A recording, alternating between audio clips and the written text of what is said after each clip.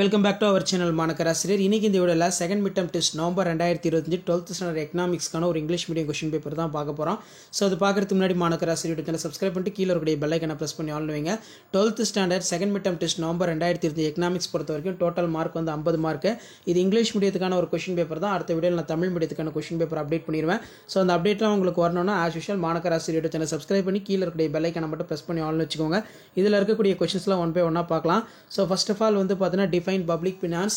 Give the two examples for direct tax. What are the components of GST? State the meaning of environmental. What do you mean by acid rain?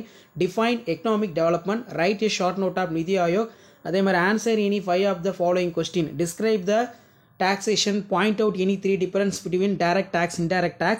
அடுத்து பார்த்தீங்கன்னா what are the functions of modern state? What are the causes of water pollution? State the meaning of e-waste. What are the functions of Niti Aayog? How should we break the viscose in circle poverty?